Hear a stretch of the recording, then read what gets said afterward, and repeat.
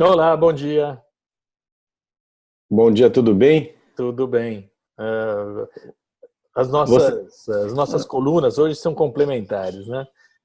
Eu digo que, que existe um movimento para derrubar o Bolsonaro. Existe. O próprio Bolsonaro reconheceu ontem, falando em impeachment, e você disse, ainda tem tempo aí. Corre, Bolsonaro. Dá para consertar. Acho que elas se complementam, as duas são verdadeiras e complementares, as colunas. na Cruzoé, né? Na Cruz, eu não falei isso? Não. É, sempre. É. Bom, que dá tempo, né? Porque afinal de contas, o que eu digo são só 4 meses e meio, mas o problema é que esses 4 meses e meio parecem anos, diante Anos. da quantidade de confusões, né? Pois é, anos, quantidade de confusões que eles mesmos criam, eu fico perplexo, porque não precisava criar tanta confusão. Agora, não sei se são capazes de entender a mensagem, porque Não, acham que não dão nenhuma fazer, indicação disso, né? não dão uma indicação e acham que fazer política é Absolutamente. necessariamente fazer toma lá da cá. É óbvio que há pressão do Centrão, o Centrão é desbragadamente fisiológico, mas eu acho que tem ali uma quantidade razoável de parlamentares que pode ter um interesse genuíno no país, desde que haja diálogo com eles, né? É. Sei, isso tudo é a ver, né? Eles ficam brigando lá entre eles, naquele palácio Uhum. do Planalto, né? E enquanto isso, o mundo está caindo, né? Porque o É. desemprego graça, as expectativas do PIB são cada vez piores, né? De crescimento do PIB. Então, Suspeitas de espionagem, suspeitas de suspeitas. espionagem, suspeita disso, suspeita daquilo. Quer dizer, é um troço que não precisava ter, né? E isso não é fazer Não oposição podia. ao governo, é só olhar o que está acontecendo, né? É. Aliás, a oposição se aproveitou, obviamente, né, do desastre de comunicação que foi a história do contingenciamento de verbas para as universidades federais, Uhum. para dar vazão a um sentimento que já existe, né, em relação a esse governo, que não é apenas da esquerda. Teve muita gente instrumentalizada que foi para a rua, né, muita molecada, teve, claro, né, mas um sentimento geral, É, né, é de que se assim não dá. Né? mas Por não. exemplo, o estado do contingenciamento é absurdo. Todo mundo contingenciou verba. A É. esquerda contingenciou verba. Mas por que tinham que politizar o contingenciamento de verbas? Começando para, vamos contingenciar verbas de universidades que fazem balbúrdia. Primeiro que não era isso. Né? Depois Não, começaram com 30%, não é 30%, na verdade é 30%, porque 27% alguma coisa é relativa a um tipo de verba e 3% relativa a outro tipo de verba, 3,5%, qualquer não. coisa que o valha, e é Uhum. esses 3,5% que mais pegam, me parece, as universidades, então não é 30%.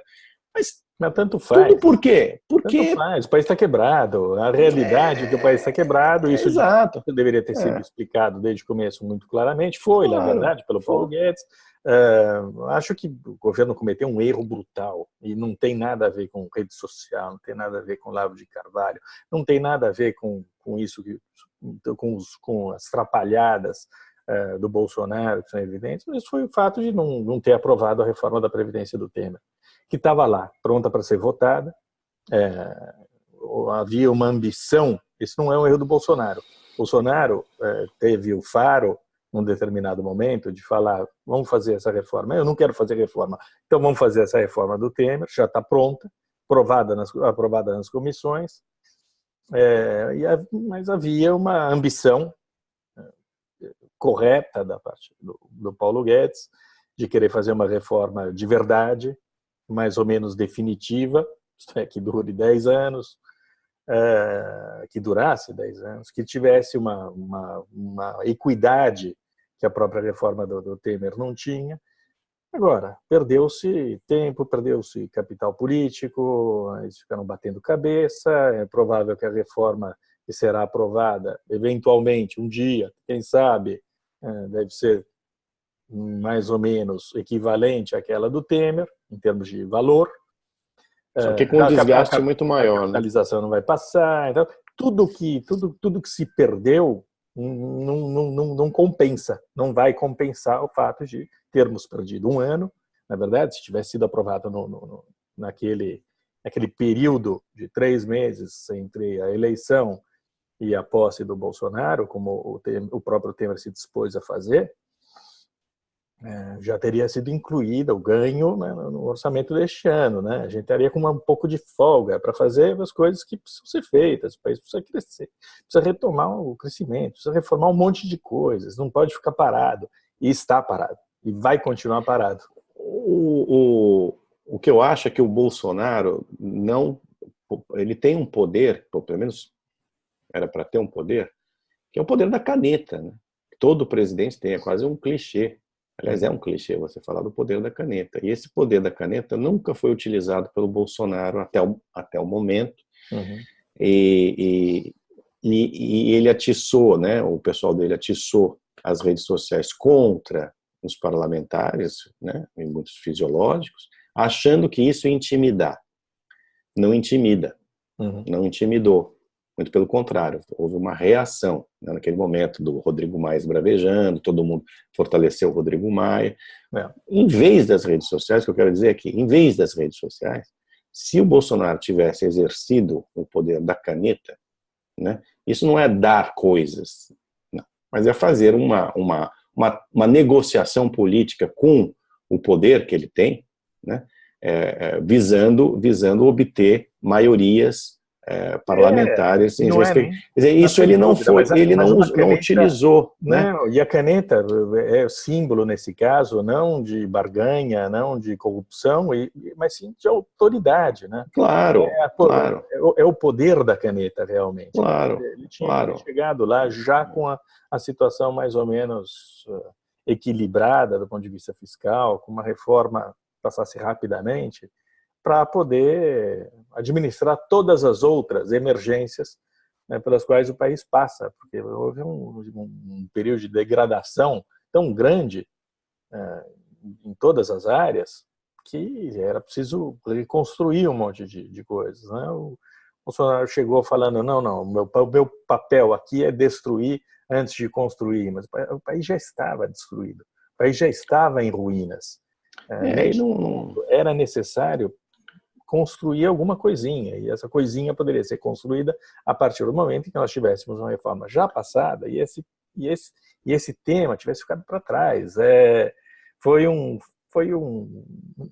dos erros, acho que o principal deles.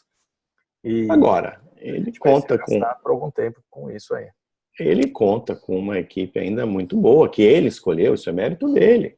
Claro. Ele tem o Paulo Guedes, todo o segundo escalão do Paulo Guedes. Ele tem ainda, né, o Sérgio Moro, que está cada vez mais enfraquecido. Mas os índices de criminalidade caíram, é fato. Brutalmente. A gente precisa, evidentemente, verificar se isso vai perdurar ou não, né? Mas pode ter sido sim, eu acho que foi um efeito do discurso mais firme, de certas providências que o Moro já tomou, principalmente no Ceará e em outros estados. Conta com uma ministra da Agricultura que é exemplar, que é Tereza Cristina, conta com o Tarcísio, né, na infraestrutura, quer dizer, tem gente boa, tem que valorizar o que é bom, o que pode funcionar, o que já está funcionando, mas você não vê isso, né, na comunicação do governo. E não se trata de fazer propaganda no sentido mais baixo da palavra. Não, é divulgar, de mostrar, né? E isso não é mostrado de uma maneira suficiente, né? Não é só mostrar, precisa fazer mais, né? Não, mas o que eu quero dizer é que já foi. Não, é porque, sabe, Diogo, assim, 4 meses e meio realmente é pouco, né?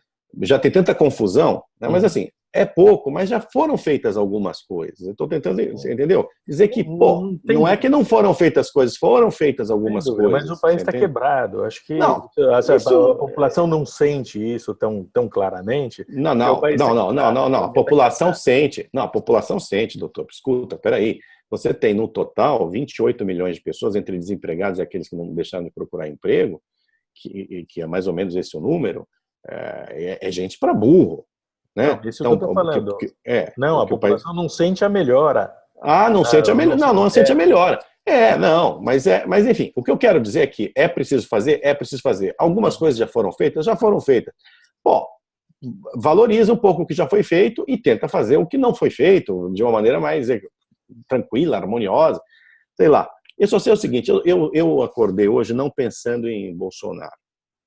Eu acordei porque li no Le Monde que o Alain Delon, um senhor hoje de 83 anos, que vai receber uma homenagem no Festival de Cannes pela carreira, ele é alvo de um abaixo-assinado de mais de 20 mil pessoas, principalmente dos Estados Unidos, dizendo que ele não poderia receber uma homenagem porque ele é homofóbico, misógino e racista. E deu uns tabefes em mulheres, né? Tem uma história. Aí é o seguinte, me desculpem as feministas, me desculpem. Se o cinema francês, o Festival de Cinema, não pode homenagear o Alain Delon, vai homenagear quem?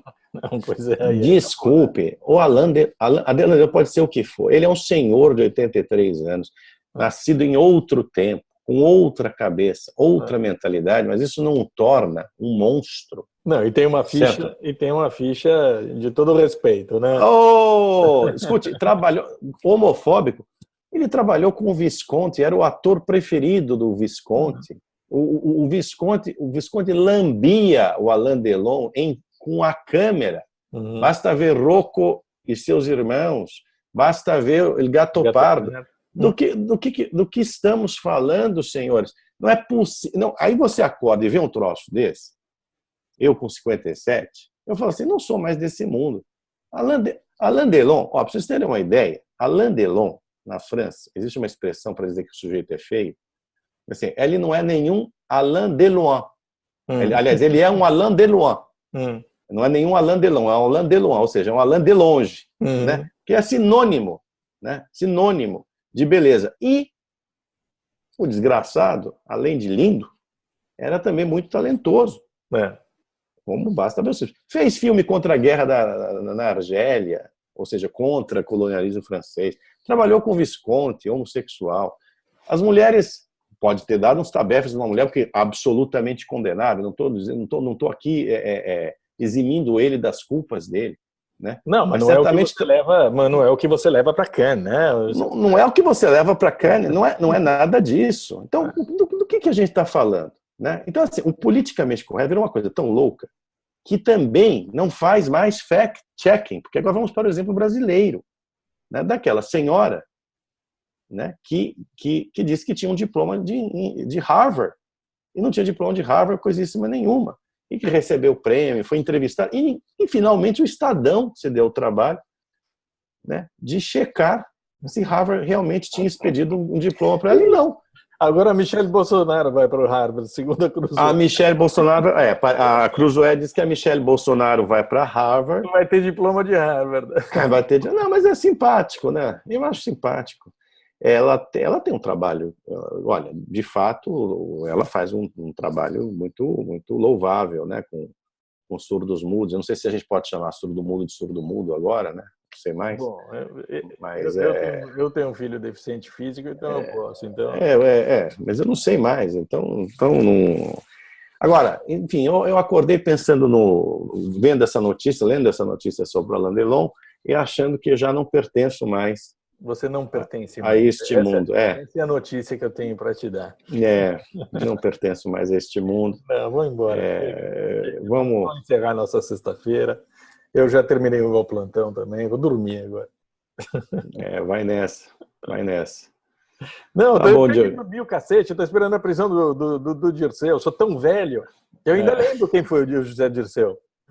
Eu sou tão velho que eu ainda quero ver o José Dirceu. Não. Doutor, você sabe o que foi julgado ontem no STF procedente?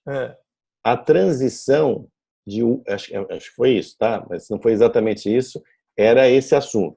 A transição da URV no Plano Real. Eu vi. Foi aprovado. Foi aprovado. Disseram que era constitucional. Gente, Imagina se a gente tivesse que voltar para a URV agora. 25 anos depois, um quarto de século. Não, O STF demorou um quarto de século para decidir. Agora, os habeas corpus de vigarista, eles julgam rapidamente, né? É inacreditável, doutor. Olha, 25 anos atrás, você sabe o que mais, doutor? 25 anos atrás, o Alain Delon tinha a minha idade. Basicamente. Basicamente, você é a URV do Alain Delon. Eu sou a URV do Alain Delon. Chegamos a esse ponto. É isso aí, a URV do Alain Delon. Olha, é isso. Já temos o título para a reunião de pauta. A URV do Alain Delon. Ninguém mais assiste esse troço, mas pelo menos o título a gente tem. Ninguém mais gosta da gente, Diogo, mas tudo bem. A gente tá velho mesmo, joga fora. Outro dia eu vi um comentário sobre esse aí não faz a barba, tem um aspecto sujo. Pô, pessoal, não, eu tô limpinho, viu? Tomei banho. Eles não sabem quanto tempo você leva para fazer a barba. É complicada essa barba. Barba. Como diria o Alain Delon, é barba de homem, viu? Não é como a minha. Não é como a sua. Olha que não pode. Estamos em tempos politicamente corretos. Tá mal. Ai. Tchau. Tá bom, Dioguito. Tchau. Até segunda-feira. Até segunda.